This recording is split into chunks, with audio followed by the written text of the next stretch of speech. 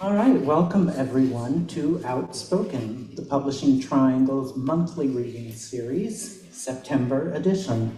Thank you for coming out tonight. Yes, applause are in order. My name is Greg Newton.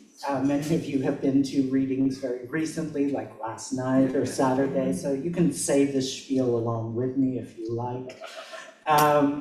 I'm the co-founder, along with my partner, Donnie Jokum, of the Bureau of General Services Queer Division. And the Bureau is an independent queer bookstore, all volunteer run, that we founded in 2012 and that has been here at the center since 2014. So we have regular bookstore hours Wednesdays through Sundays from 1 to 7 p.m. And then we often stay open later when we have events such as this. So, as you know, before every event, I pass the offering plate, just like in church. And these days, we are increasingly asking folks to sign up to become monthly donors. And if you were here last night and found that the QR code didn't work, tonight it works. You can also go on our website to look into that. But basically, if you sign up through our fiscal sponsor, Fractured Atlas, you can make a monthly tax-deductible donation that helps us to meet our obligations. And we are, as of July, now paying rent at the center, so we do indeed need that money more than ever. So book sales are great, that helps us. One-time donations are great. And then at the top, the best is that monthly donation. And I should say, Rob Burns and Carol Rosenfeld of the Publishing Triangle have been monthly donors for many, many years. So they are the good citizens whose example I recommend that you follow. So I'll pass that around. There's also a Venmo code on there if you just want to give a quick and easy donation that way. And anyone watching online, if you want to make a donation, you can go to our website and look into the monthly donation, or you can go to Venmo and type in BGSQD, and we thank you for your donations. That helps us to continue doing events like this. If you're not already on our email list, you can sign up for that at the back of the room or on our website, bgsqd.com, and you'll get an email every other Monday about our many upcoming events. And it's September, so we do indeed have a very full calendar, so please check that out. You can also follow us on Instagram and you'll see all that same stuff. So before I bring Rob Burns up from the Publishing Triangle, I just wanted to read a land acknowledgement. The Bureau acknowledges that our organization operates on the unceded land of the Munsee Lenape. We encourage you to join the Bureau in signing up to make a monthly donation to the American Indian Community Houses Mannahatta Fund. The Mannahatta Fund, according to its website, is an invitation to all settlers and non-Native people who wish to acknowledge the legacy of theft and genocide that comprise the history of New York City and the United States. And you can find out more at mannahattafund.org. The Bureau also recognizes Palestinian liberation as a fundamental part of our collective queer liberation. And we strongly encourage you to take one of our free zines that talks about why we feel it's important, especially for queer people, and especially at this given moment, to speak out in solidarity with Palestine. I did get feedback last night, it's been a minute, but I did get some feedback at last night's event that a couple people felt very uncomfortable with that statement. And what I would say to that is, please sit with that discomfort, take one of the scenes, read it, and then if you'd like to talk to me, I'd be happy to. I'll talk to you anyway, but but I would encourage you to read it first because it will probably address some of the very issues that you are thinking of. So thank you for that, and please give Rob Burns a very warm welcome.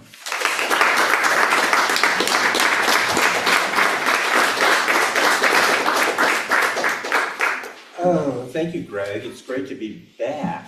We had a summer hiatus, so a little out of practice, but I think I got it still.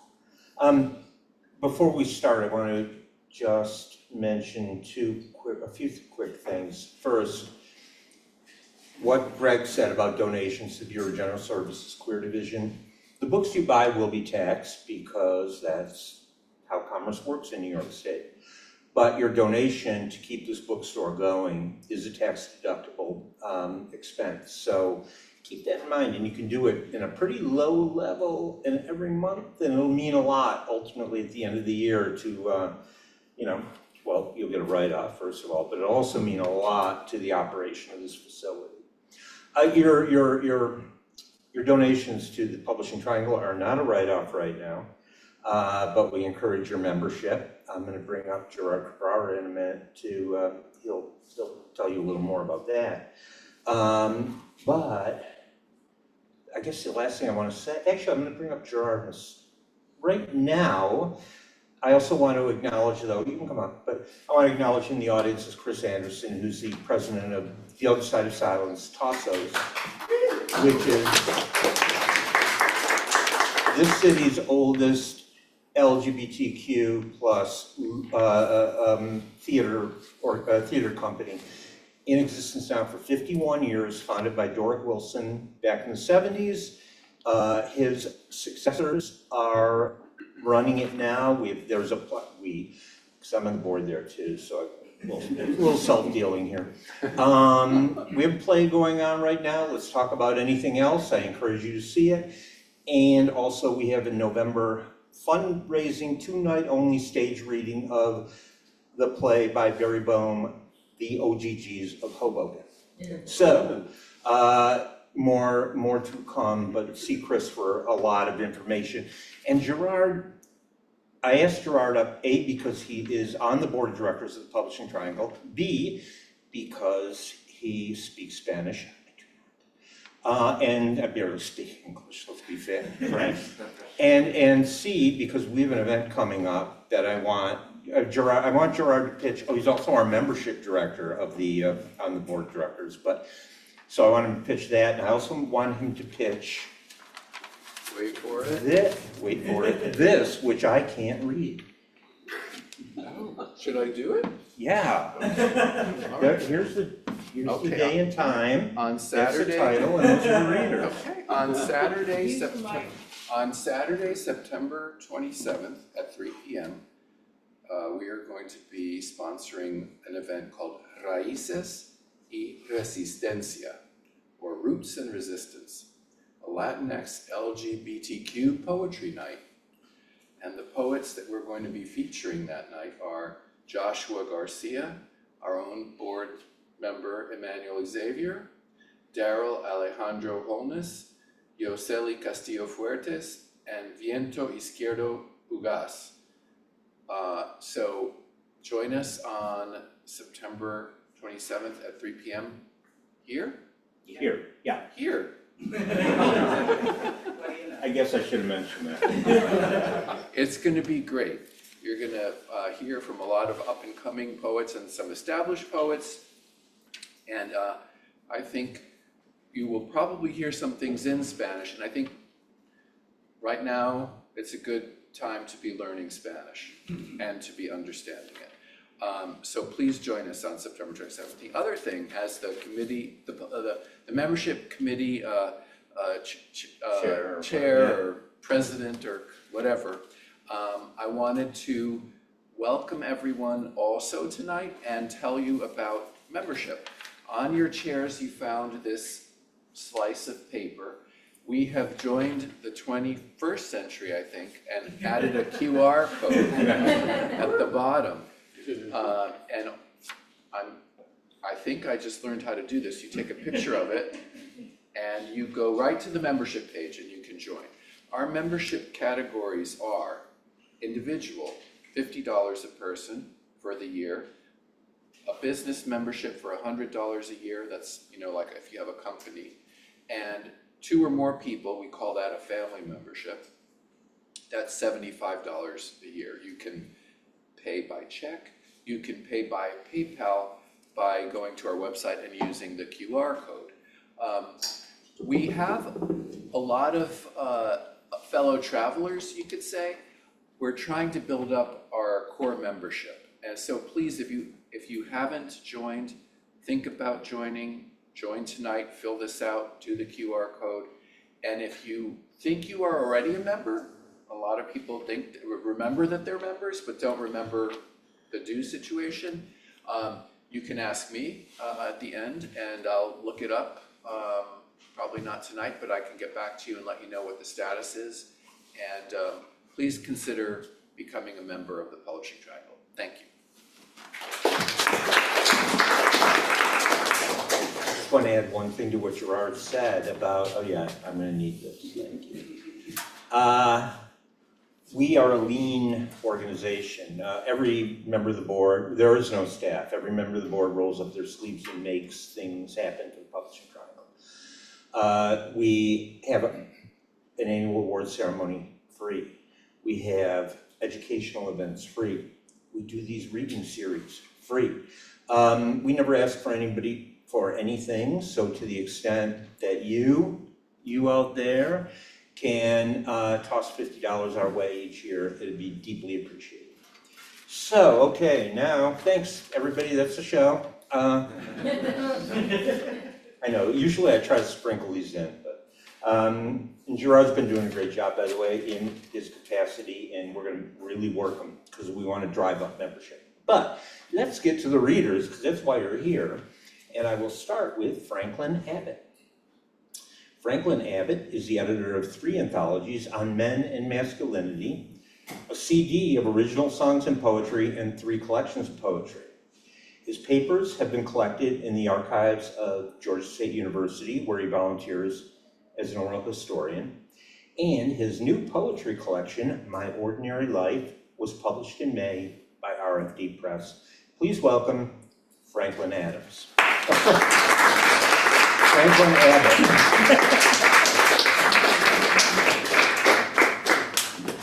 Thank you very much. It's nice to see everybody.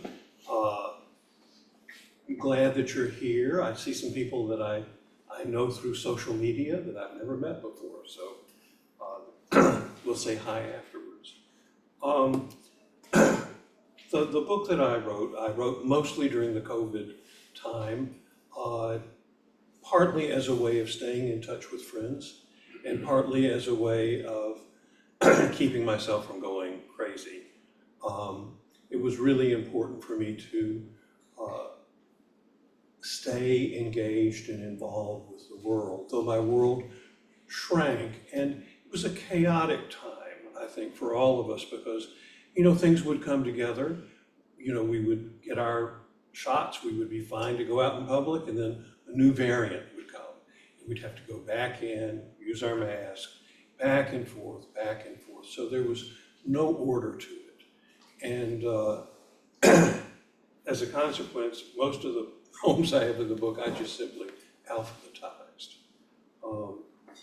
The title of the book, My Ordinary Life, is something that from a poem that I wrote many years ago, when I finally grounded several months after 9/11, and I had gone to the dentist. I had gotten something done that required painkillers, and I went home, and in my enlightened state, I wrote a circular poem on a piece of paper. I don't usually write in circles, but that's how good the medication was. It goes, every day I live my ordinary life, so lovely, so rich, and so sweet. It doesn't seem to matter how it repeats itself over and over, goes round and round where it's been to where it's going. So let me read you some of my poems, and like I said, they're kind of back and forth. Ordinarily, I would have, in regular times, the poems that I put in a book I would have read, many times in public, and some of these I've never read in public before. So, and when I was looking today, I thought, so many of these poems have to do with food, and food became one of my obsessions during the pandemic because I couldn't get to the food that I normally would consume. I couldn't go to restaurants. I'm not a bad cook. There are all kinds of things I don't cook. So the first poem I want to share with you is called Fried Shrimp and Waffles. I hadn't been in more than a year a dozen plus a salad with blue cheese dressing, and a buttery baked potato and a vodka martini straight up with a twist. My friend Kevin treated me at our old haunt, Atlanta's Colonnade, frying shrimp and chicken, serving collard greens and cornbread since 1928. My place to go for a treat. We teased each other in the parking lot. For the last year, we have been walking instead of dining and promised to alternate the two. I almost inhaled the shrimp, dipped them into cocktail sauce and tartar sauce, and told my friend, and this is true, I hadn't had as many calories at a single meal since before the madness. Thanks to Moderna, I can hug my friends again. Thanks to Pfizer and Dr. Fauci, I can remove my mask when I eat in public. I had breakfast in an outside garden, unmasked with my friend Carrie, who works in Burundi. And when we last dined, it was before the time when we sheltered in fear. He has a smile that tames lions, and we look into each other's eyes and wonder. We have now survived 2 plagues and can gossip and reminisce and eat waffles and Eggs Benedict. One of the solaces that I was fortunate to have during the pandemic is that I have a garden. And it's not a huge garden, it's not a formal garden, but it's a garden big enough to walk around in. And I call this gardening. Mountain mint and elderberries, Rupert told me they were barriers against invasives, something every gardener has to consider.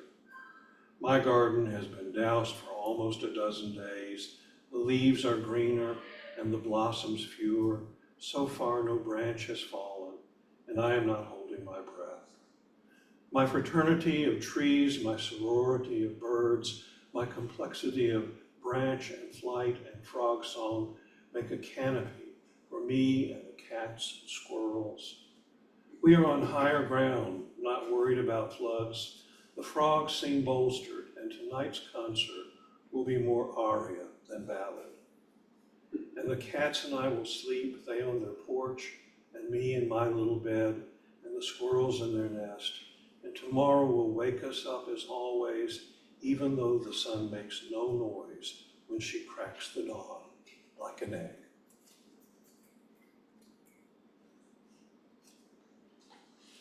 I say yes. I have always been ambivalent. I will fight death like I fought birth. I will fight love like I fought loss. If I were the waters of the sea, I would be churning. If I were a forest, I would be burning. If I were a cloud, I would be turning into a storm. I have studied the path of contemplation, sat myself down on the cushion of meditation, whirled and howled, kept my head up, and drowned in emotion. I have been the last leaf to fall and the first daffodil. I am short and I am tall, young as tomorrow and old as yesterday. I still want a kiss to lay my head upon your shoulder, and I shudder when I touch mortal flesh. This is not a cry for pity, for I have had my part more than plenty, and I will wake again, take the first breath of morning, and dance another day. I hear the mermaids singing, I feel the angels winging, and the fairies tickle my fingers and my toes. The next eruption may entomb me in lava, the next great wave may sweep me away, the next tornado may lift me up to heaven, but it is more likely to be my fate that one morning I awake and the light overtakes me and opens up above me, and I am given one more choice, and I say yes. This is called immunity. 2 weeks ago, I had my second shot. The vaccine hurt my arm and made me a little sick and a little tired. On the third day, I was okay. Yesterday, I had my hair cut for the first time in a year. Today, I shopped in 2 places, almost without fear. What will I do tomorrow? Will I sit in the sunshine, walk in the park, hold my breath, and wait until dark. A year alone in a park has had its lessons, more about what I don't than what I do. I don't take for granted simple services. I don't wait for dreams to come true, and yet I do. I know push increases push, and patience increases patience. I feel the pull and know the push. I wait for the echo that bounces off a star. I get a gold medal for a year of being careful, and a haircut, nothing special.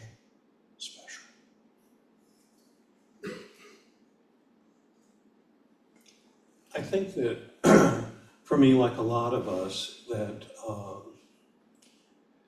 there were really challenging times when we were locked down for the pandemic, but it was also a time for me where I could pay attention in ways that I had not before, and that I could have reverie, that there was space. I had a very busy life before, and I had to slow down and tolerate my own company, which was perhaps the most challenging part. Let the forest heal me.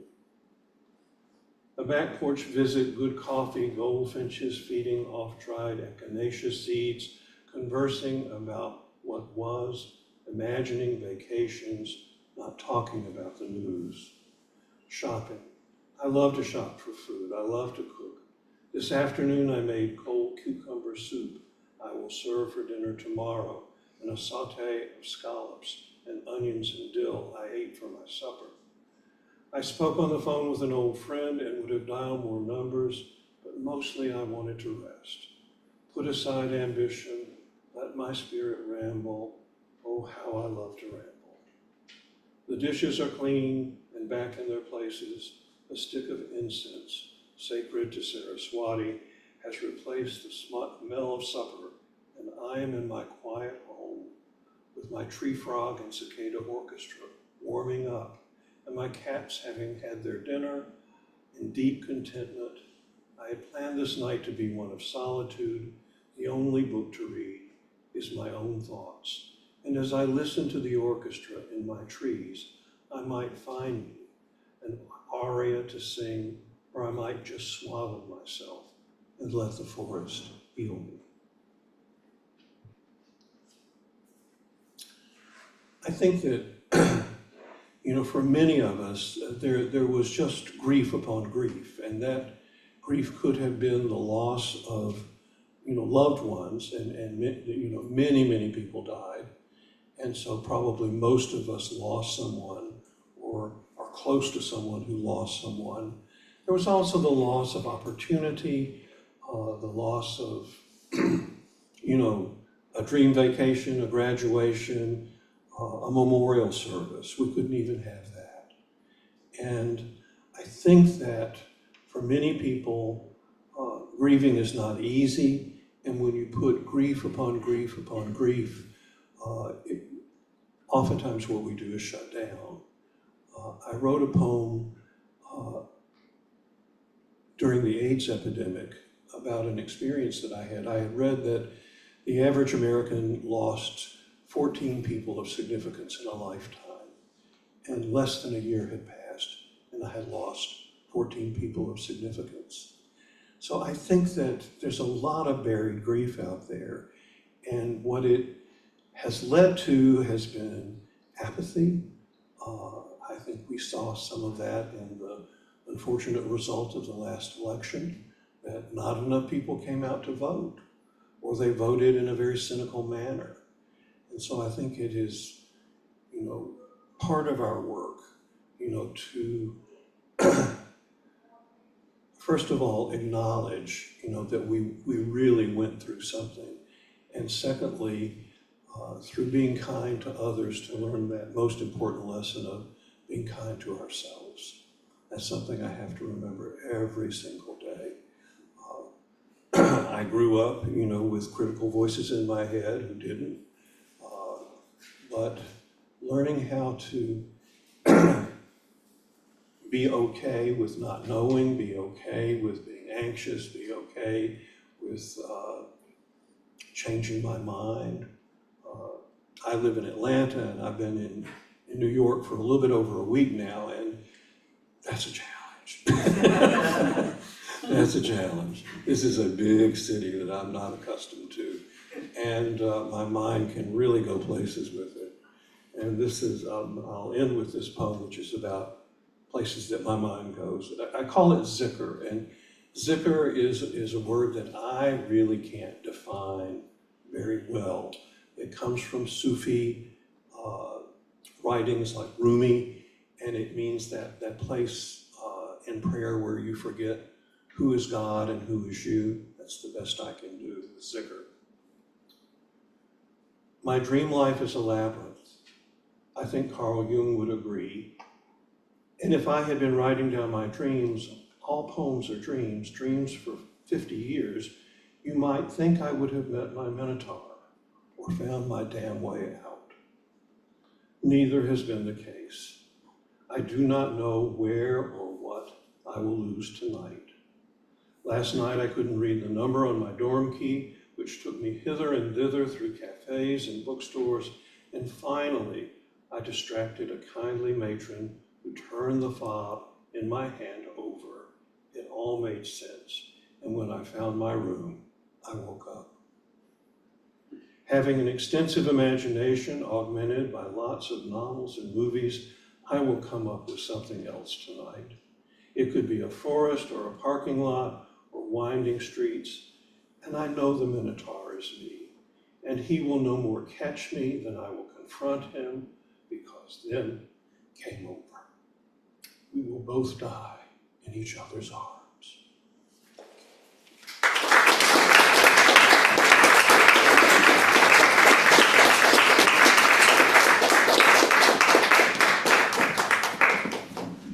Thank you, Franklin Abbott. By the way, Franklin's book is here for those of you who wish to take home a signed copy tonight. And a couple other books are here, and some of the writers, including the ones that are joining us virtually, their books are not here right now, but for a few of the writers that are here, doing this all around, okay. But talk to them, get their information, and contact them. You know, it's important. We need to support each other. The writers that are online, talk to me. I will get you in touch with Kara and Liza, and we will, you know, it's all about selling the books, people. Well, and you know, just kind of, and the love. Our next up, Blood and Soil is Vinnie Cosenza's debut novel, a genre-defying historical mystery romance thriller. Vinnie also writes personal and travel essays, memoir, and and I always trip on this word, epistolary meditations on his place in the world. He's won awards for his photography, founded a small Michelin-starred inn in Connecticut, sung with Liza Minnelli on stage in Central Park. I'm going to ask you to explain a little bit more about that. And he's herded rhinos, which is really intriguing, but I really want to go back to Liza. Please welcome Vinnie Cosenza.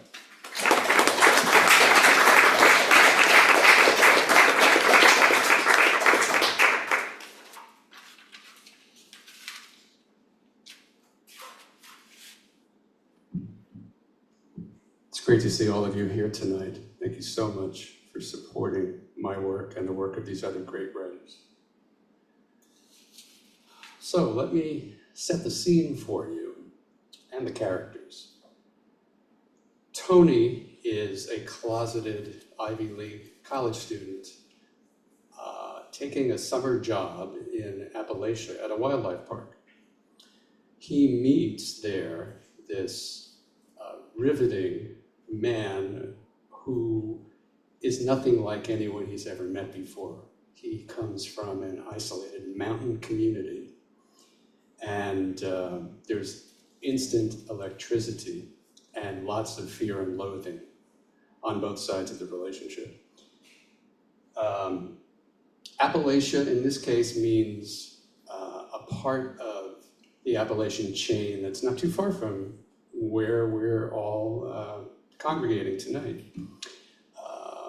which has a history of mining, many abandoned mines, honeycomb the mountains known as the Ramapos, or the New York, New Jersey Highlands, which you may have heard it referred to that way.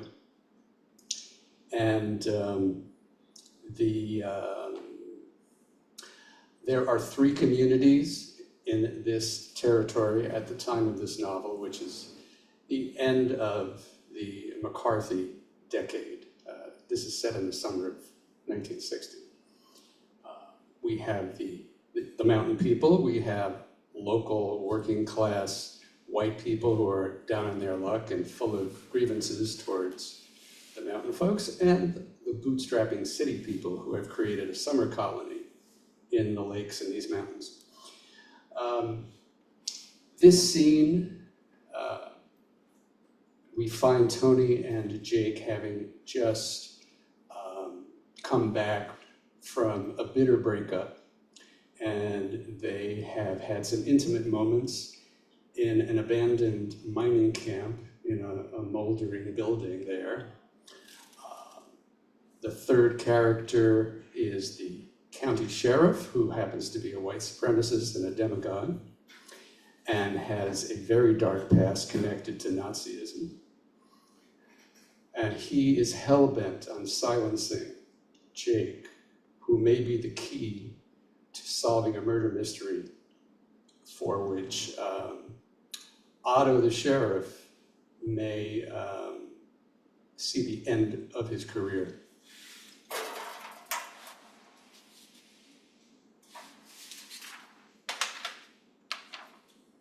At the first crack, Jake contracted into a fetal coil. Tony dove and snuffed out the candle. 5 more shots ricocheted off the walls. Sudden silence, and the shooter growled. Then a ratcheting sound, 6 times.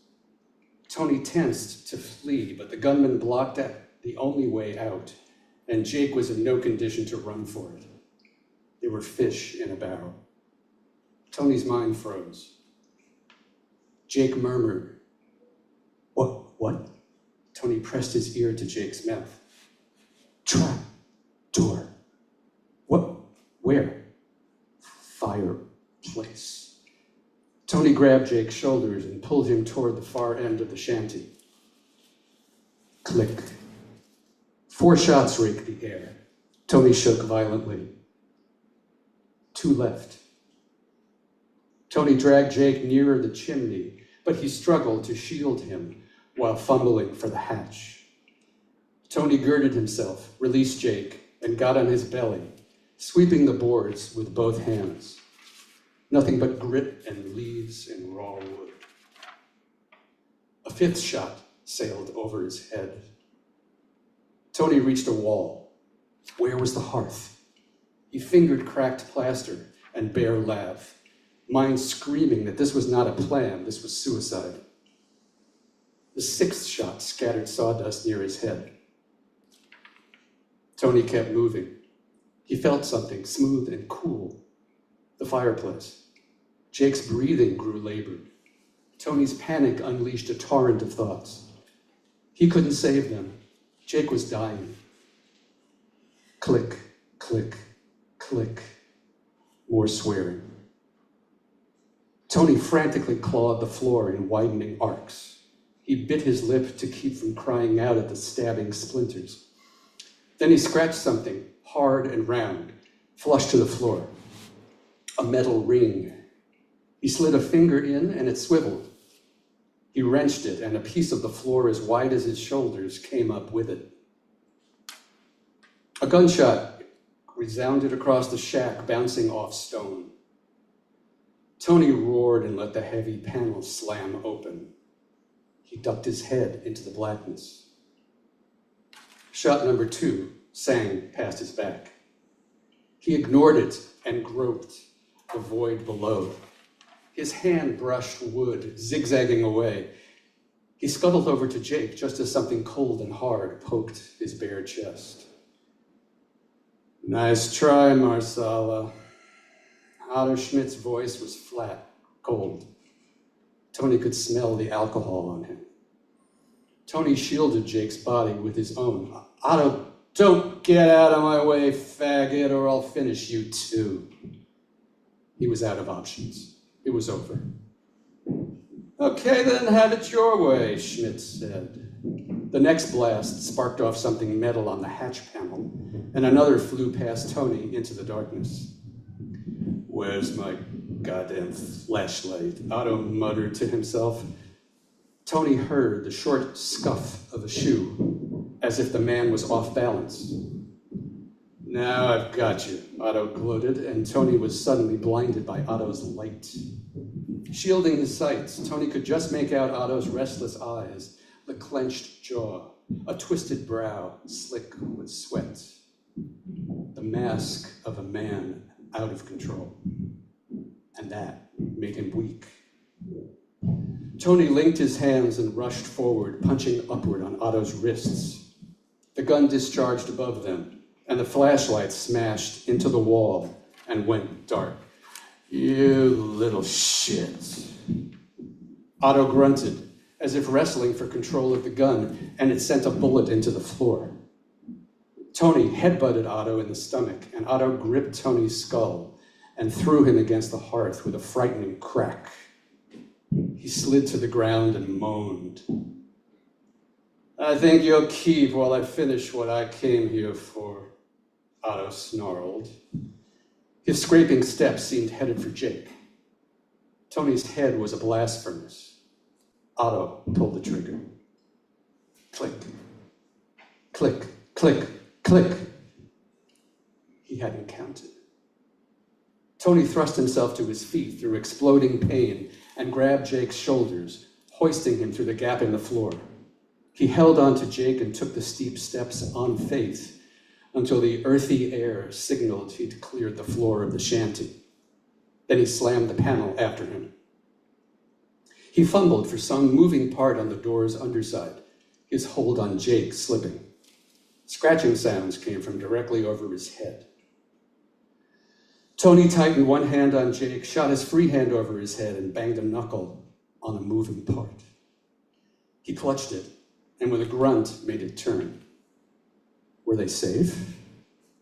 He thrust his head against the unyielding panel. Otto was locked out. But Tony could still hear his footfalls above them. He had to get them both to safety before Otto shot the floor full of holes. Tony thudded his way down the crude stairs until his toes touched bottom. His senses worked overtime in the blind underground.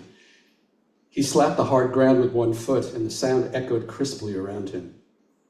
He smelled stone and iron.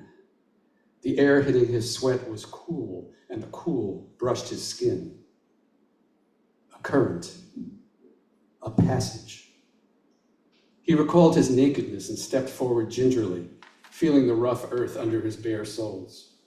Every few steps, Tony freed one hand to feel the walls. Some parts were rough, damp, and crumbling, others smooth masonry. Tony felt Jake shiver. His blood was sticky on Tony's back. It was just a matter of time before Jake lost consciousness. Just a little longer, Tony said, unsure of who needed more consoling. Without warning, Jake slumped. Tony's legs buckled, and together they dropped to the ground. Jake's gasp of pain lacerated Tony. He pressed numb hands to his face. This is how it ends. Tears filled his sightless eyes, and a long, keening wail burst from him. As if in reply, he heard Jake's voice in his head. What do you want? What does it matter when the whole fucking world is against me? His thoughts shot back. People been getting their hearts broke forever, and still we find a way, the voice replied.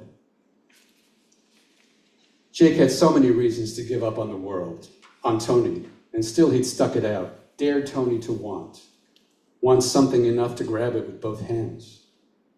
Maybe it wasn't the world standing in Tony's way. Maybe it was him, telling himself that he wasn't supposed to be this way. wasn't allowed to have what he wanted. That life was a choice between happiness and survival, which was no choice at all. I have to get out of my own way. Fight his own battles, be the hero, like Alexander at Arbela. The Greek king and Hephaestion had rent the Persian line like scythes through wheat. And Alexander had borne his wounded lover from battle. Now only Tony could save himself and what he wanted most. With a roar, Tony hoisted Jake onto his back and broke into a run. Instantly, his limbs were on fire, and still he pumped, thudding down the tunnel until his whole body heaved and he slowed to a stop. He sensed a lightness in the air, rustling, hissing. He let the slope of the tunnel pull him forward. He gasped, built to a jog, and sprinted. The roof of the underworld vanished, infinity above, pine breezes on his skin. Tony dropped to his knees on the cool earth, exhausted and exhilarated. He cradled and rocked Jake. The clouds had thinned enough to cast a faint moon glow on Jake. Eyes closed, face pale and sweaty. Tony stroked Jake's cheek, and he made a faint sound. Fresh tears stung Tony to think how few moments of intimacy they'd managed amidst all the defenses and delusions they'd put between them. To protect themselves from a world that made them doubt their own beating hearts. And still they persisted and reconciled, if only for these past hours. How precious time seemed now as Jake slipped away with it. He wanted to tell him so many things, how grateful he was that they'd met, that Jake hadn't given up on him, had taught him so much about himself. Jake gave no sign of hearing him.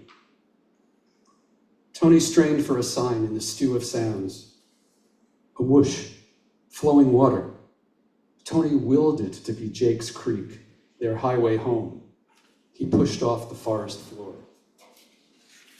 Okay, Jake, time to go home, he whispered. Tony lifted Jake's bloody, pallid body and gulped the night air.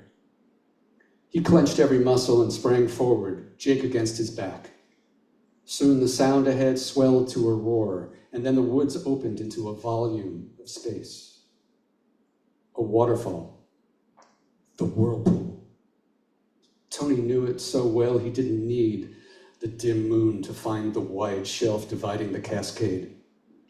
He shivered in its spray, dizziness pressing in. He slipped Jake from his shoulders and lowered himself to slick stone. Cradling Jake's head in his lap, he closed his eyes and bargained with weariness. Just a moment, and we'll be on our way. He was parched. The falls called to him. He'd be stronger for the hike ahead if he drew a deep draught of water. Yes, he needed to. He must do it for both of them. Tony silently begged indulgence from Jake and laid his head on soft moss. Tony crawled to the shelf's edge and grabbed it with both hands. He let himself hang in space and plunged his face into the current. He opened his mouth wide to take cool, quenching relief, just as an explosion ripped through the trees. Thank you.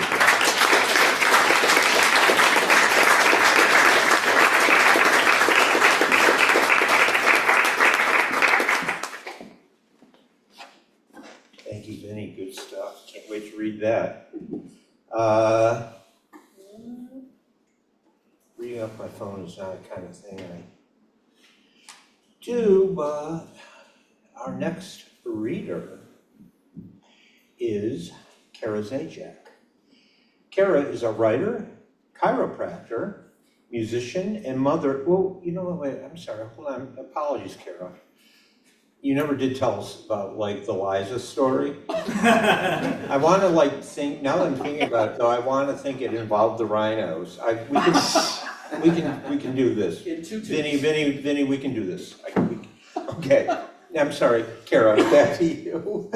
Kara's a writer, chiropractor, musician, and mother living in the North Georgia mountains. Her debut memoir, The Significance of Curly Hair, was selected as one of the best books we read in 2024 by the Independent Book Review and won multiple awards, including an IPPY Silver Medal for Transformational Nonfiction, first place in the inspirational category at the Book Fest, and the Literary Titan Gold Book Award.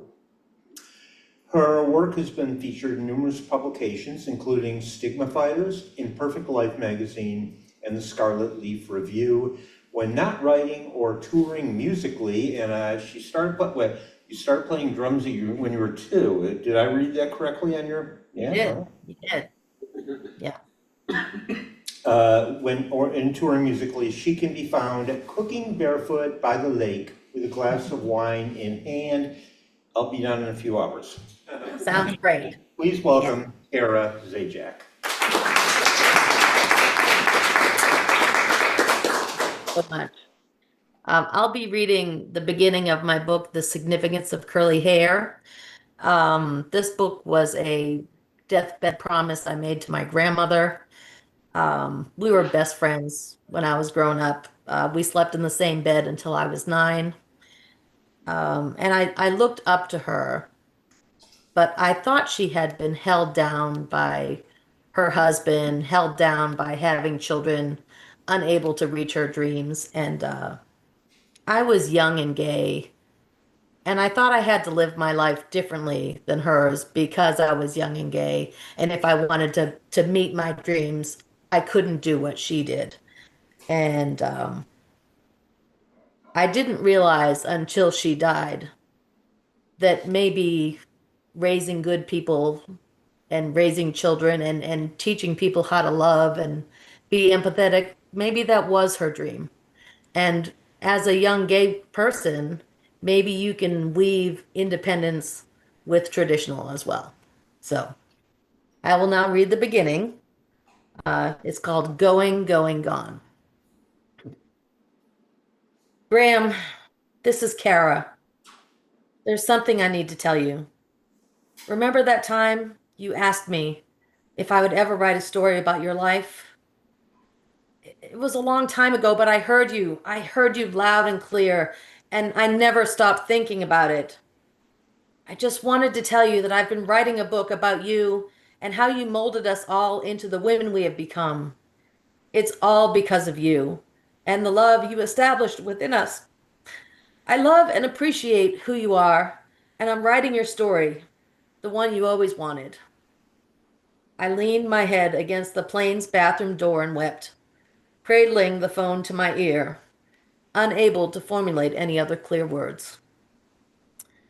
The reality that I was not going to make it home in time to see my grandmother alive stung like 1,000 bees trying to escape the cavity of my chest. My fear was that I was disappointing her once again, and this was my last chance. There wouldn't be another opportunity to make it up to her. I had done all that I could, but there was just not enough time.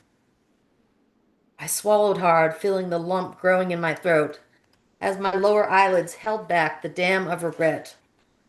I felt the pool rising higher and higher as I fought to keep the tears back. You're missing her. She's going. She's going. The voice in my head was screaming at me. It was like having a nightmare, one where she's floating away down the river and I'm so close, right behind her. I can almost touch her, but I'm not close enough to catch her. Suddenly she slips away with that exuberant smile as she waves goodbye, and then she's gone forever. My body vibrated as the jet engine started. Suddenly, the noise in the cabin was so obnoxiously loud, roaring thunder ringing through my ears. I felt like my brain was going to explode as I tried not to become completely hysterical in front of an entire plane full of strangers. Graham, I yelled into the phone. I love you and I'm on my way. I'm trying to get there as fast as I can. My shallow panting was about to turn into hyperventilating. Tears flowed readily now. The dam had crumbled and there was no stopping them. I wiped my eyes on my sleeve as I looked up and saw the handwritten sign taped on the door that said this lavatory was out of order. My face was all puffy, red, and swollen. I couldn't even get a tissue to blow my nose.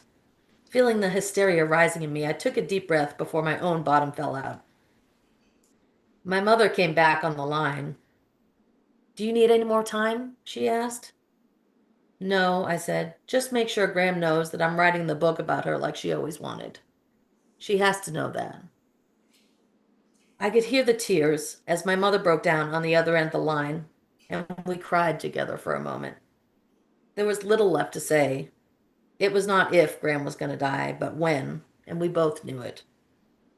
The intercom announced that all passengers must be in their seats with their seatbelts securely fastened. Noticing all the eyes that had been watching me speak my last words to my grandmother, I forced my way through the packed aisle of butts and bags, looking for my seat. It was like a dramatic scene from a movie, except that it was really happening to me. I had hoped I would make it in time to see her, but knew that she wouldn't be able to hold on that long. At least she got my message. I knew she could hear me. I could feel it. In my mind, I made myself out to be somewhere else, on a sunny beach somewhere, drinking a minty mojito on ice, instead of trudging back to my seat on the stifling plane with a nose full of snot and a pounding headache. Just as I was imagining my first refreshing sip, a woman on the left touched my arm and stopped me. She was broad-shouldered with smooth dark skin, probably in her mid-60s. Her hair was picked out into a short, beautiful afro. I heard you crying, and I wanted to let you know that I understand how you feel.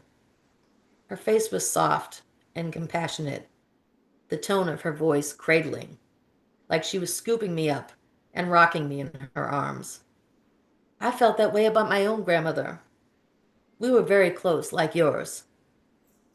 I stood frozen in the aisle, stunned and thankful, gazing through my tears at this big-hearted woman. Even after she's gone, she'll always be with you, child, because she lives right here, within your heart. You remember that when you feel sad. Yes'm, was all I could get out of my mouth, staring in amazement as I touched her on the shoulder, nodding my head in gratitude, thankful for her. She then said that she would keep me in her prayers. Back in my seat, the feeling of heavy weights on my lids drove my eyes closed, and it felt good to just sit and rest. Visions of my life with Graham circled around in my head, like the Carousel of Progress ride at Disney World. I remember riding the school bus home from kindergarten as it swayed along the narrow curves of Brown Street. The afternoon sun felt warm on my face as I daydreamed with my forehead pressed against the pane glass window. I suddenly noticed someone running through the woods, wearing ankle-high brown boots and a knee-length dark green wool cape. "Stop the bus! Stop the bus!" I shouted as I stood up in my seat and hurried towards the bus driver. "My grandmother is running through the woods," I said as I stood firmly with my legs in a V, my finger pointing at the folding glass door. He stopped the bus and gave Graham a lift, dropping us both off a mile down the street at the end of California Road. "Why were you running through the woods?" I asked, proudly escorting my grandmother off the bus like it was my own personal show and tell. "Well, I went shopping at Stewart's and lost track of time. I thought if I took a shortcut through the woods, I could beat your bus there and I'd be waiting for you when you got home." Graham said with a shrug and a smile. Her cheeks were still rosy from running, and she had put her arm around my shoulders as we walked home together.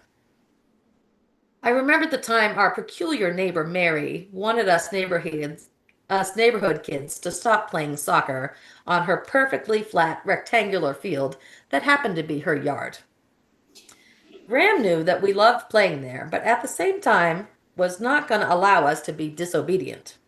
Instead of having to remind us over and over again, "Don't play in Miss Mary's yard," she came up with a reward system and a bribe of 5 cents a day to stay out of the neighbor's yard.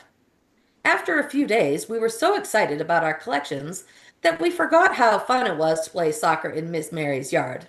At the end of the week, we all walked down to Stewart's to spend our earnings. I now pictured Graham's ill-fated fall off Aunt Betty's front steps, blurred together with our 4-hour drive home from Charlotte last October, when I found out that her cousin Nancy had starred in the original Broadway production of Showboat. When Graham went in to visit her cousin in New York City, she thought that fame had made her cousin a little bit loose and a tad pretentious. Graham never visited again. Many clips of the last 30 years came flooding to me, bringing a certain amount of joy as some lost memories began to resurface. It was the first time all day that I had actually been able to gather my thoughts. I opened up my backpack and pulled out my journal. Although I could have written for hours, something diverted my attention, and my eyes became fixated on the sign at the front of the plane that read, "Exit," with a green illuminated arrow pointing to the left. I could not stop staring at it. I could not blink, and for a moment I could not breathe. A question appeared in my mind. What do you want me to do? I was unsure if I was asking or being asked the question. The lines were very unclear, but the message itself was intact. Someone was trying to get my attention, either Graham or God or both. Closing my eyes and bowing my head, I brought my hands together like all those times in catechism and prayed that if she was suffering and waiting on my arrival, to just let her go. This was her time, not mine. I did not want to hold her back from that place that she so deserved to be. Go in peace and love. You'll be with me forever. We're twin souls, and I'll never forget you. I said the words and made the sign of the cross with 2 fingers, forehead, chest, shoulders, left to right. An immediate sense of calm overcame my body, like the feeling of warm water being poured down your back as you're being bathed. I had let her go. At that moment, I knew she had passed on. I could feel it. As soon as we were able to use our portable electronic devices, I phoned my mother. She informed me that at 6:55, almost the exact time as my fixation on the green sign, Graham had taken her last breath. Her passing had been peaceful and easy, completely surrounded by people she loved, without fear. Hearing those words made my heart happy. But you know, my mother said, when you spoke to her, her heart rate jumped from 64 to 78. She heard you. And with that, I smiled for the first time since I got the call. What I had said to Graham really mattered. And in that one moment, it was well with my soul. Thank you so much. A reading from the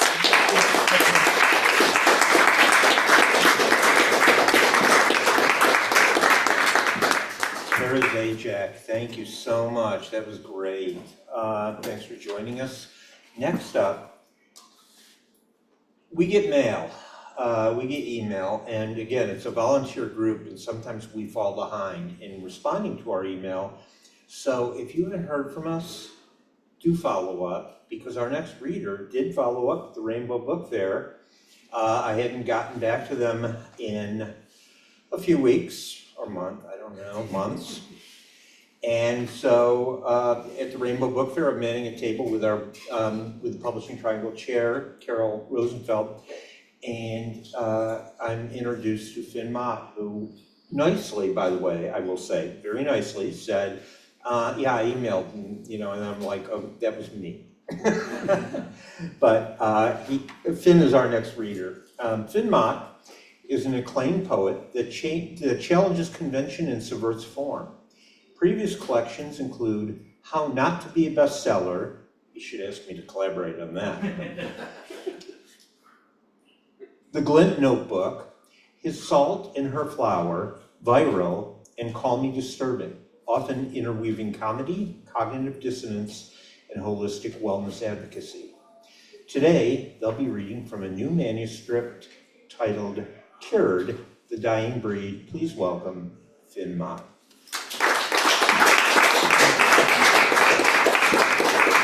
Thank you so much. Thank you for this opportunity, Rob, and everyone for showing up. I'm really excited to be here. I typically write like very different poetry, often in long form. So I challenge you as I read this to just kind of like acknowledge the weirdness and go with the flow of it. I'm going to be reading several poems, but they all blend together. So you don't really need to know like which poem's which, unless I tell you. And also thank you for reminding me about my passive-aggressive emailing. It doesn't flow out of me as vibrancy once fell. Angles and fat march my direction, beg for rupture. Leakage, conjecture, it isn't crucial to care until you decide to sell. I enter the universe. I am the universe when I leave. The universe remains after I exist. I am the universe when I become no longer. Sorry. Brightness leaks from under my fingernails. When I am able to drink water and blink, drink water. 8 cups a day. The universe told me I needed to have an average of 12 hugs a day to be happy. The universe is never happy. Interrupting life before it is lived. Language before it is spelt out. HELP. The universe plays ambient tones and rain sounds.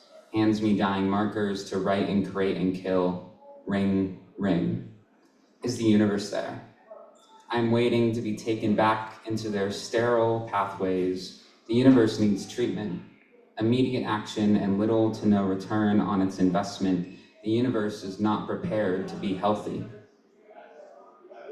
I enter the universe constantly. Constantly, I enter the universe as the universe waits to enter me, taps their toes to enter me. 15 minutes, 30 minutes, 1 hour, time, go, be. The universe broke my hand and told me to shake theirs. How? I say.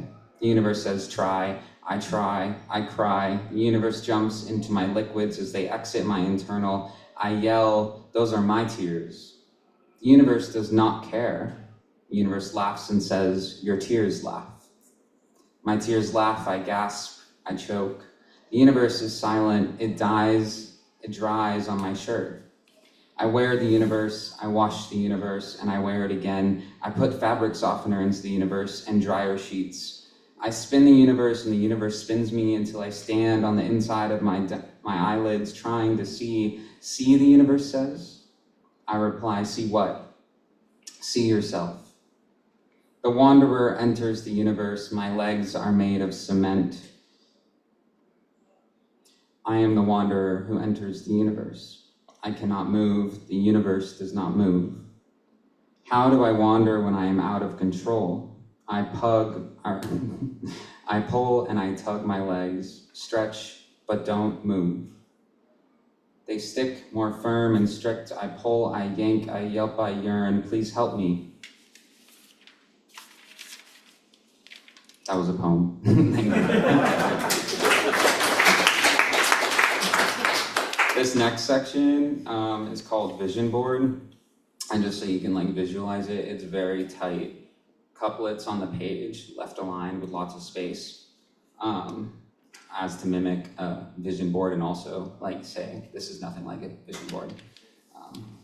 Gave, unwilted period, sterile secret, starve, play, cut grass, crunch, forage endings, made origins, reap among, decomposed petals, hug, soot, delicate fractures, Clorox, appear intentional, angry, pretty business, bad words, petty, dehydrated, dry out, avoid, filler, across named Atlantic, receive those.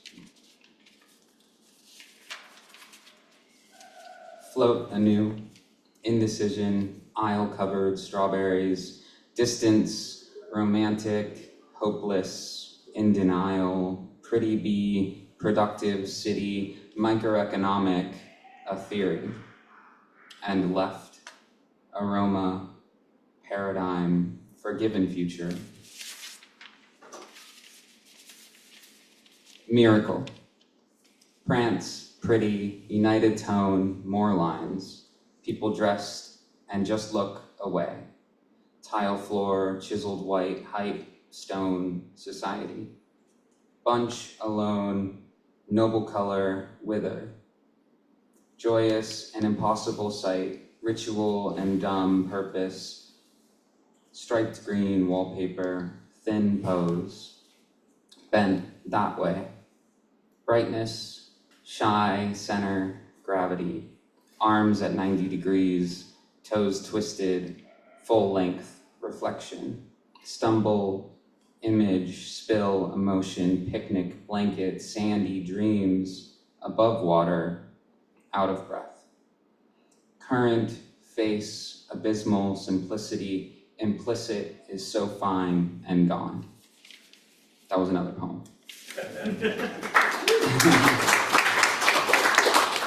I also do blackout poetry, so I wrote prose and then I blacked a lot of it out, and this is an example of one of those. Legs, rectangular field, capable of everything physical.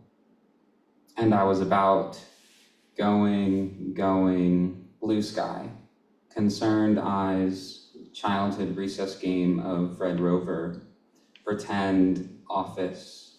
Each time brain found its way to the ground, the earth was calling to me. I wanted death until I had it. Before I knew my path, the horizon had found me and it had taken me. This poem's interesting because I actually, Red Rover, like the childhood game. I got a concussion playing that game when I was younger. And I also had brain and spinal cancer, and I had 4 concussions before I was diagnosed, and it's like the earth was calling to me. And so it's really just interesting to see the signs of our past. Leaving is like never coming back, like trading the words for the blank page, handed down for generations, a torn conscience, disposed of obedience, ice cubes melting, ice cubes melting, ice cubes are melting, oh my God. Leaving is like never coming back from rewriting obituaries. The self-regulated isolation, mowed lawns, sage, sneeze, step, going backwards with forward intention, beginning, middle, end, the plague, the holes, the river, go slow. I'm reading these very quickly. I think in my last collection, so I do stand up as well.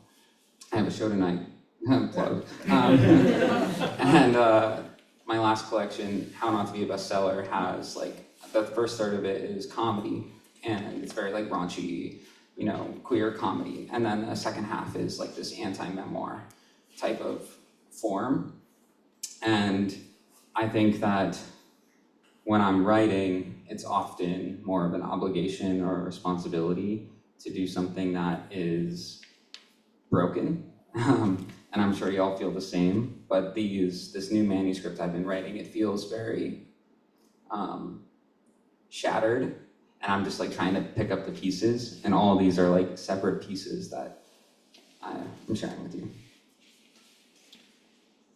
I've never spoken, never recorded, a body of time in this unalterable conspiracy, drama, death. Oh, fellow admirer, take me with you as tribute. Take me with you as tribute to the larger communion of cut-off jorts and mullets like lines for delinquents like combats wheat and corn on your own.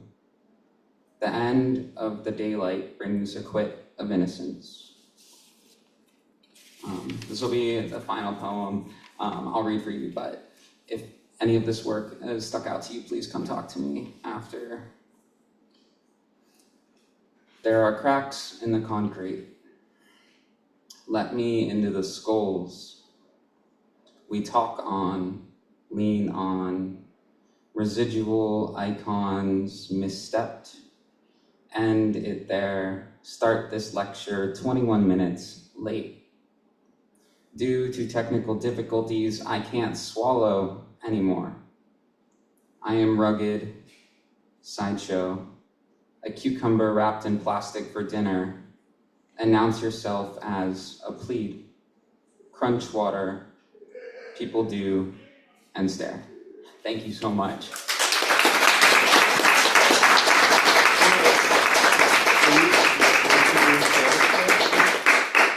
Back. Sorry. I insist on self-promotion here. Finn Mott is doing stand-up tonight, and he is now going to tell you where and when. That's important, yeah. Greenwich Village Comedy Club at 9:30.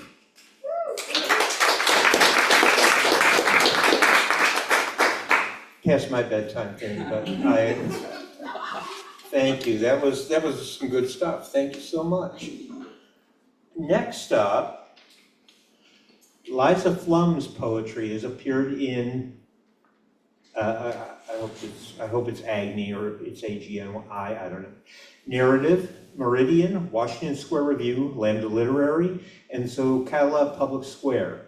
She is a recipient of a Barbara Deming Artist Grant, and her writing has been supported by fellowships from the Saltonstall Foundation, the Vermont Studio Center, Aspen Summer Awards, and the Kimmel Harding Nelson Center. She holds an MFA in poetry from Cornell and a PhD in literature and creative writing from the University of Utah. However,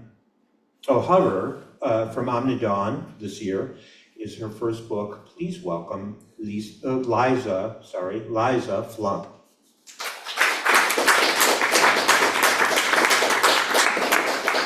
Thank you so much. Thank you, Robin. Thank you to everyone for having me here. I will say I can feel the good energy in the room, even from where I am in upstate New York. So I'm really, really happy to be here tonight. I'm going to be reading you a few poems from my collection, Hover. This book is about queer love and polyamory and chosen family. And it's thinking specifically about the ways that people in non-traditional relationships can move through the world almost invisibly sometimes because we're not doing what people expect to see. And yet at other times we are hyper visible, leaping out because we're not doing what people expect to see. And that double experience of feeling sometimes invisible and sometimes so visible is what motivated the book. And as I was thinking about that, the image that came to mind for me was hummingbirds. I love hummingbirds, and they appear to us in glimpses and flashes because they're moving so quickly. So they are both invisible and hypervisible at once. And they are that way because they're surviving, they're thriving. So this adaptive invisibility is kind of the impetus for the book. This is the first poem in the collection, and it's where this idea of polyamory and hummingbirds is starting to come together. This poem is called Tableau. On the back porch of the faded ranch house, we watched hummingbirds at the sunny edge of the woods dive at each other, almost at us. Their loud clicking singing made me flinch, then vanish in eucalyptus. You reached out to both of us and held my hand and your husband August's hand as I paused, briefly quiet. Eucalyptus leaves and wind settle first in one direction, then another. A hummingbird loses body mass each time it rests. It grows languid and breathless, nearly dies. So fast do its small reserves burn in torpor. And what I know to be good has a half-life and fades with disuse if it isn't always moving, searching out new nectar.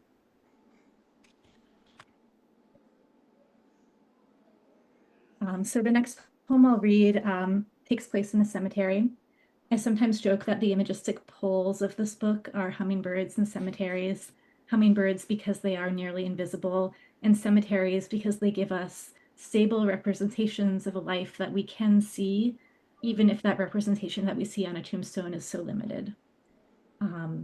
So this is called Memorial to a Marriage, and it is inspired by a sculpture by Patricia Cronin of the same name. It's a piece of funerary art, and it depicts two women embracing on a tombstone. And this is a sculpture in a public cemetery. So this poem is called Memorial to a Marriage after Patricia Cronin. It must be their feet tangled past the hem of a blanket, a big toe pressed to the top of a pale carved foot, that make me pause, scroll back to this image. Two women embracing in marble, hair loose, eyes closed, their polished mouths smiling. I touch the picture and their bed fills the screen. Life crosses their likeness in this public cemetery. Grass brushes their palate. A tree casts leaf dapple across their shoulders, and a little pool of rainwater gathers in the furrow between their bellies. I want to call you from the other side of the house. Look at this. Their bed is our threadbare blanket with blue flowers and flattened pillows. I can find us all over their particulars, one's shin and another's chest, my stomach, your hip, my shin against your shin. But you are reading, alone in your bath, in a cloud of your own breath, in a nakedness that doesn't include me. They exist. This marriage exists. What does it mean to carve living things in stone, 2002 to eternity? I have lived small eternities, dazzling afternoons on ferries, crossing cold waters at an iron railing, watching pine trees pass. Just as you feel when you look on the river and sky, so I felt. I learned to leap across distance. I wished, I said, from your mouth to God's ear. And I have wanted to live behind that ear too, tucked like a flower in a fold of eternity. On my screen, a small leaf sets sail across the water between their bellies, sallying along these sleeping lovers' shores. Didn't Whitman say queers should stand on the shoreline calling, I was, I am, to journeyers from the future as they sail past us in paper boats? I will, I do. What I can't have in life, I will have in death, the artist says. A marriage scene. Is this what living in public means? And what is our life in public? We drop hands. You and I and August have no portrait or family name. In a million iterations of lords and ladies holding hands on their marble caskets, what will survive of us is almost nothing, still maybe a glimpse. These brides' bodies are glittering, offset against grass. They establish themselves as the land. Oak leaves nestle between one's chin and another's chest. Their marble shoulders are freckled with acid rain. I want to shelter here in their bed's visibility. They let us be seen while keeping our privacy. We leap from now to someday to escape. I go upstairs and find you in the water. I undress and climb in. We barely fit together, thigh to shin, knee to knee. Around us, ripples in concentric circles spread to the basin's edge and then return to us shimmering. We are what we were setting out to see. And this next poem is dedicated to the partner of my partner. It's called Poem to August. I feel strange writing this when I will go downstairs and see you in the kitchen, offering me coffee. Is there really more to this than an open field where any two strangers might meet? Between us, tall grass in which there is something living, sparrows, mice, and summer fireflies. We share a place, love for the same person, each different. But does loving her give us common places to walk? Are we two people who have lived in the same city at different times? No, a person is not a city. Do two people in the same city find each other every day tending the same tree? Or two people see the same meteor? Or two people sitting together feel a small earthquake and meet eyes, fall silent as the brief shaking stops? Yes, I also felt it. I lived through it. We were both there. Like the lunch when our beloved exclaimed that she didn't understand what was so great about that city, the one she had never visited.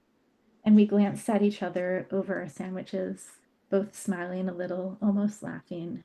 That was her. I'm going to read two more poems. This next poem is thinking about The Afterlife of Love. As many of you probably know, one of the issues in the marriage equality decision was related to having your name appear on somebody's death certificate. So Obergefell did not have his name on his partner's death certificate, and he described that as a state-imposed separation that he found hurtful for the rest of time. And I am not married to my partner, and I know that I will not have her name on my death certificate. And so this poem is contemplating that, and it's doing so in an irreverent way, addressing moss on a tombstone. So this poem is titled "I Sign a Marriage License with the Moss," and it is addressed to moss. Of course, you have sex in a puddle on this worn stone. Your sperm travels to an egg flung from a wet velvet mass of more moss. But you're also asexual by choice. You make more of yourself by breaking off new shoots. Though I won't get to choose, I hope you fuck your way across my name in the graveyard, as I did once, parked in an oak's shade by Chapel of the Chimes, as Billie Holiday sang, "Love is just like a faucet." Now I barely think of that boy, but the view of Oakland past the graves was like in blue. Beyond our car, deer bounded in pairs over the headstones, as if death were no impediment, just a hurdle to vaults. I was 17 and most of my life felt like nothing, but I wrote with a pen pressed so hard it scored the coming page with white words like names on graves, ground down to unequal limestone divots. I know I will have a death certificate without my beloved named on it. She and I will be strangers in death, bound by our uninked vows. Moss, will you be my last marriage? When I have no one as my spouse, can I have you, making my name lush, wet, and swollen on my stone? I want you to retrace my chiseled name with a heavy fist, bringing letters to life. Stay pressed on me until you are crisp as pubic hair against the hand that tries to brush you away, when you are thin as dried ink, even when you are gray flakes across my name. And this final poem will take us back to hummingbirds. We spent some time in cemeteries, but I'm ending with hummingbirds, and this poem is called Still Life. Sunned in a man's palm, a hummingbird opens its wings, and they look unremarkable, pigeon gray. They once were too fast to look at, dragonfly gossamer. Now this bright body is a specimen. I thought I wanted to see a hummingbird frozen and splayed. My whole life, I've had a bad memory for moving things, like faces. As a child, I would try to picture my parents with my eyes closed to summon an eyebrow, a chin. But does loving mean looking well or trying? Sometimes I make my hands a picture frame to stay your living image. You're fast, overflowing my hand's aperture. I squint to keep you still. You can't have someone, you just go with them, you said, as you packed our bags, already going. And this is from Hover. Thank you so much.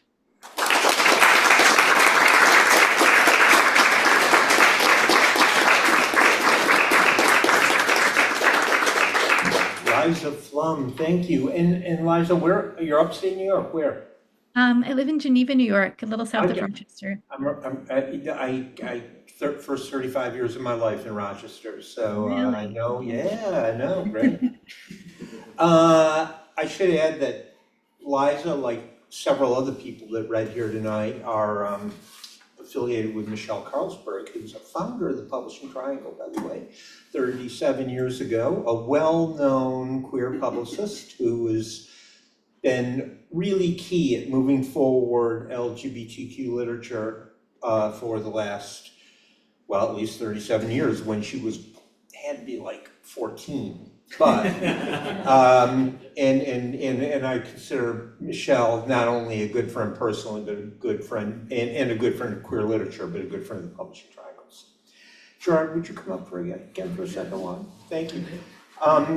While Gerard's making his way up, please remember Tasso's show, Let's Talk About Anything Else, which is running through September 28th. I will be behind the bar many of those nights. behind the bar, working, because it's a working board. So please come by to the show. The tickets are relatively inexpensive, and think about the OGGs of Hoboken on November 10th and 11th, which is a fundraising effort by Tassos. So that group can continue to bring queer theater into the next 50 years of its existence. Well, 51 years. I brought Gerard up so he could once again promote, and by the way, we say it's a poetry night, but we're doing it in the afternoon. But you know, daylight savings time's almost over. So. Gerard, would you once again please introduce, you don't have to read out everyone's reading, but. Just the title? Just the title. Sure, okay. Raíces y Resistencia, a Latinx LGBTQ poetry afternoon. There we go. Thank you, but please stay for a second, because Gerard, again, remember, is our membership, Yes. is our membership director. Yes. And Gerard, memberships for an individual are $50, correct? Correct. And we would love you all to join us as members. You know what else is $50, Gerard? I don't know. What else is $50, Rob? You are correct, Gerard. It is, what it is to submit a book for consideration for the Yes. Publishing Triangle Awards for 2025, which will be given out in April 2026. The books published in calendar year 2025, you can tell I work in like a nonprofit because I use terms like calendar year as opposed to fiscal year, are eligible, $50 per submission. Go to our website, publishingtriangle.org, to look at the categories, and please do consider submitting your books. Yes. Now, yes. Because really, we need the money. We need the money, okay? We need the money. So, our final reader. I will go. Yeah, well, you could just stay here and help me introduce him. Would you like to do the introductions? Oh, okay. You read the first two sentences. You read up to the cats, and I get to read the cats' names. John Canale is a TV writer, producer, and has worked on such shows as Will and Grace, Ugly Betty, Two Broke Girls, and others. He lives in España with his husband Chris and their two cats. And the cats' names are Howard Bannister. Come on, you gotta love that, right? Come on. And Elliot. Okay, maybe you'd like it more if I said that I really prefer that the second cat's name instead of Elliot was named Mr. Larrabee. With that. This is a tough one. What's up, Doc? People? Come on. I know it's been 54 years, but please stay current. Anyway, John's book, his first book is out right now, and it's back there, and it's called I'm Prancing as Fast as I Can. Please welcome John Canale.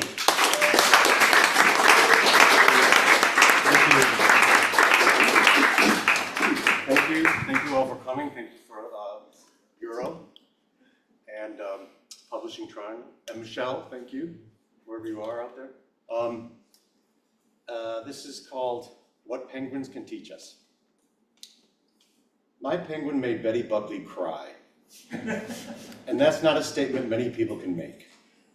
It happened in an acting class I was taking at the T. Schreiber Studio on 4th Street in the East Village in the early 90s. Footnote.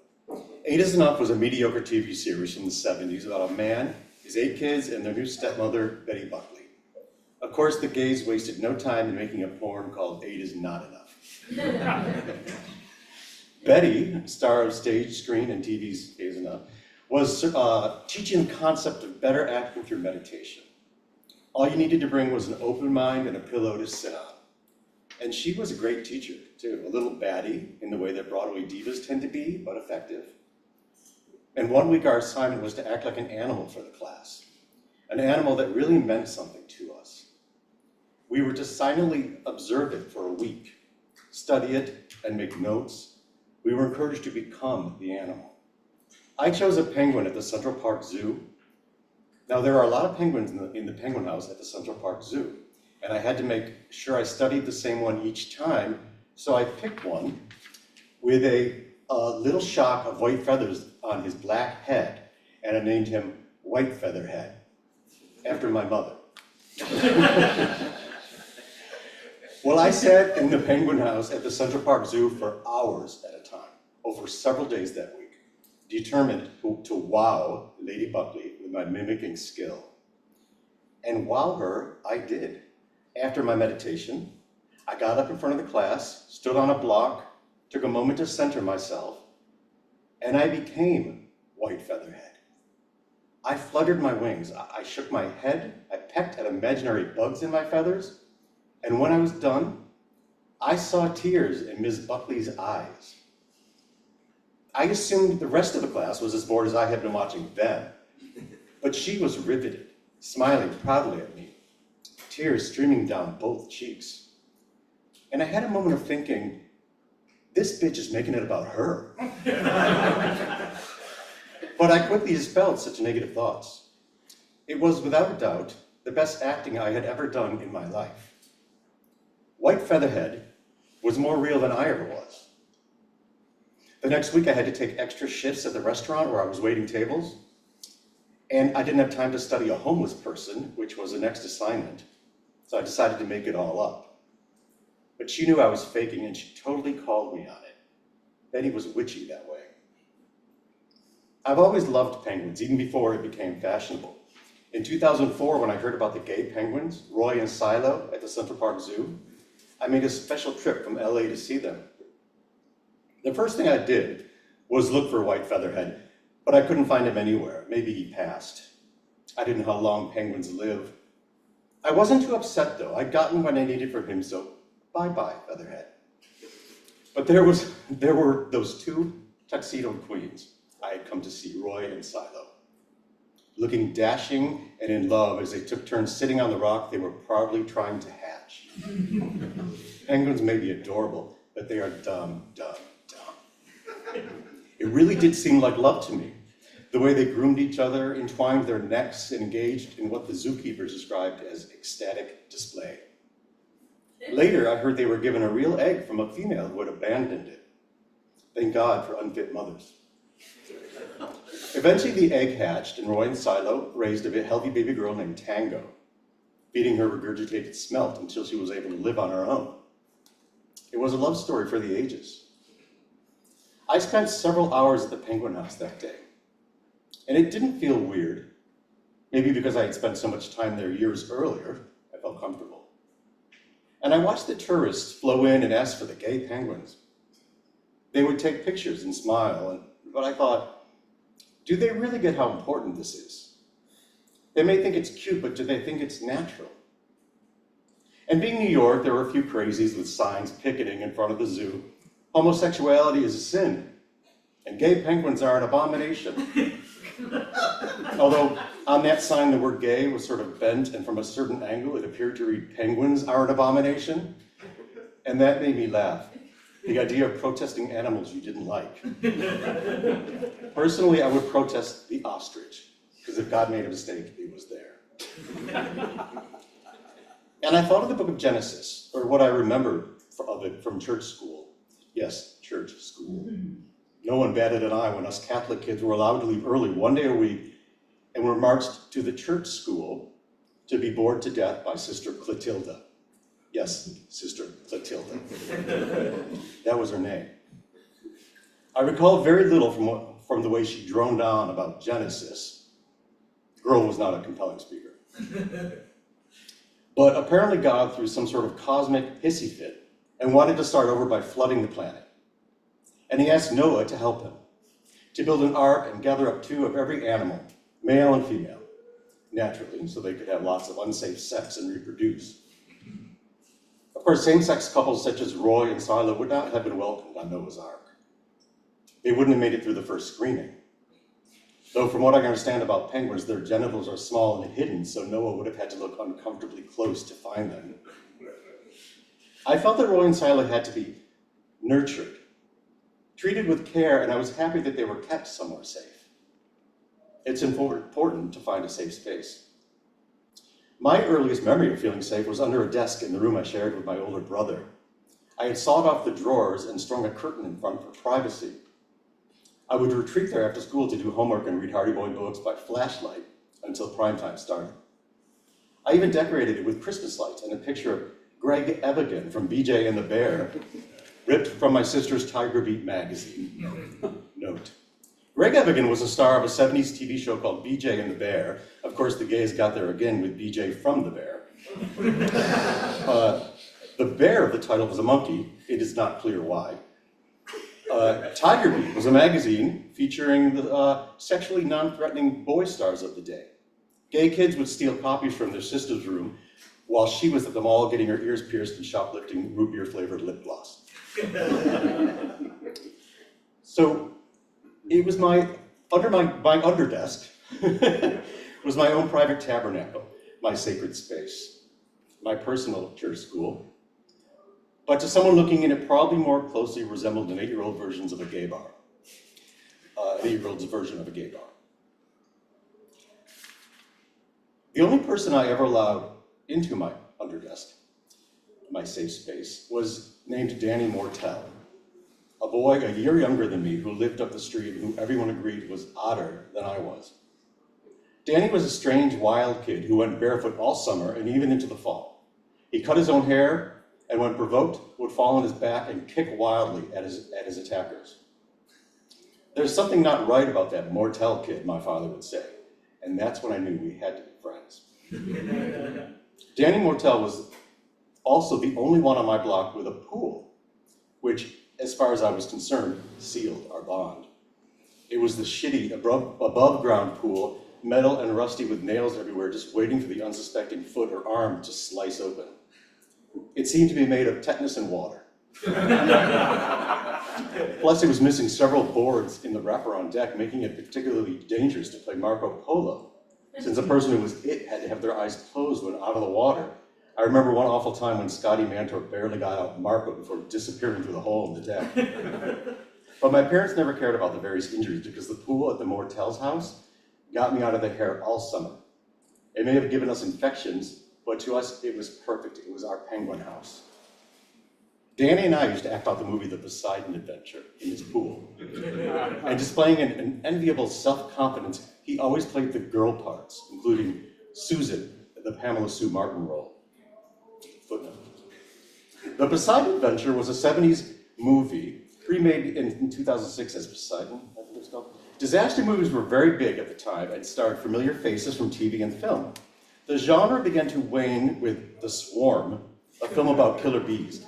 At that time, we were terrified of killer or Africanized bees, which turned out to be a thinly disguised racist myth.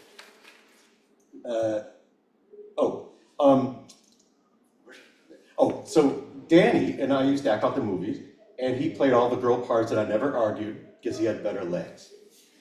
And when he whipped off his beach towel gown to reveal a cute pair of shorts when Susan had to climb the upside-down Christmas tree to safety, it just seemed to make sense. I was usually relegated to playing all the other male parts, the Acres, the slightly femmy steward, played by Roddy McDowell, or Reverend Scott, the hip priest, played by Gene Hackman, who tries to lead the survivors to the bottom, now the top, of the capsized ship. Sometimes one or two of the other weirdos in the neighborhood would join us and take whatever part they were assigned, but we knew never to take on Shelley Winters, Shelley Winters' role. She belonged to Danny. And when it came time for her death scene, he would drop his Pamela Sue Martin or his Stella Stevens or his Loopy Carol Lindley and slip easily into Shelley Winters. No one could touch his Shelley. He was a sight to behold as he morphed into the kindly, hefty lady who valiantly rescued my Reverend Scott from certain drowning, only to suffer a massive coronary upon reaching the surface. His death scene was sublime. And though I wanted desperately to take on Shelley myself, I never said a word. I knew I was in the presence of a master and could never come close to his performance. Besides, it was his pool, and Syracuse was just too humid in the summer to risk losing that. Somewhere in high school, I lost touch with Danny. At that age, you don't want to rock the boat, and he was just too risky to have as a friend. Over the years, I would get occasional reports from people. He moved to Rochester, I think. He was go-go dancing at a gay bar in Buffalo. Then one day, my mother sent me his obituary from the Syracuse Herald Journal. It said he had died after a struggle with leukemia. And later, when I talked to my mother, I knew she didn't believe it either. Her voice got lower when she said, "I don't think it was leukemia." I sent flowers and a card to his parents, and I wrote, "I'm so sorry for your loss." I would have liked to have added, "I'm sorry for my loss too," but that didn't seem right somehow. And I wondered if he'd ever found a place, or at least another pool where he could feel safe. I was pretty sure that if he had, it wasn't in Buffalo. And I decided if there ever was a flood again, I would build an ark, or at least hire someone to oversee the construction. My ark would be covered in Christmas lights and pictures of hairy-chested 70s TV stars. And it would welcome all the odd animals, the extra ones, who don't have a place anywhere else. The single, the old, the sick, the gay, even the straight ones who are in a relationship but just don't want kids. All the ones that Noah, or whoever his modern equivalent would be, had no room for, because they deserve a place too. I might even consider the ostrich, even though they freak me out. We might not be able to repopulate the world by the time the waters recede, but I think we'd have a lot more fun trying. Thank you.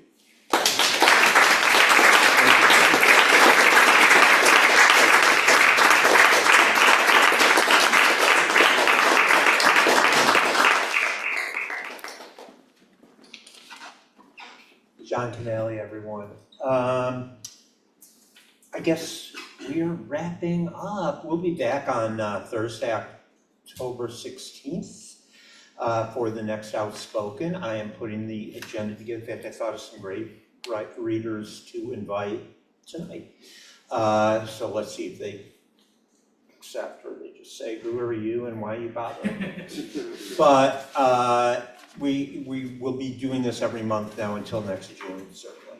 And thank you, Greg Newton, Donnie Jokum, and Bureau of General Services Queer Division for the hospitality and for putting this up again. If you can, please do support the Bureau. If not the Bureau, support your other favorite independent bookstore. Do not buy books from Amazon. Jeff Bezos doesn't need the money. And remember to be supporting queer literature. It matters now more than it ever has. So whether it is deep, profound, sad, funny, or my shit, just buy queer books. Thank you to Franklin Abbott, Kara Zakat, John Canale, Vinny Crescenza, who, by the way, we're gonna, I want rhinos and singing Eliza. We gotta get to the bottom of all of that. Finn Mott, Liza Plum, you are all great, and we'll be back. Thank you.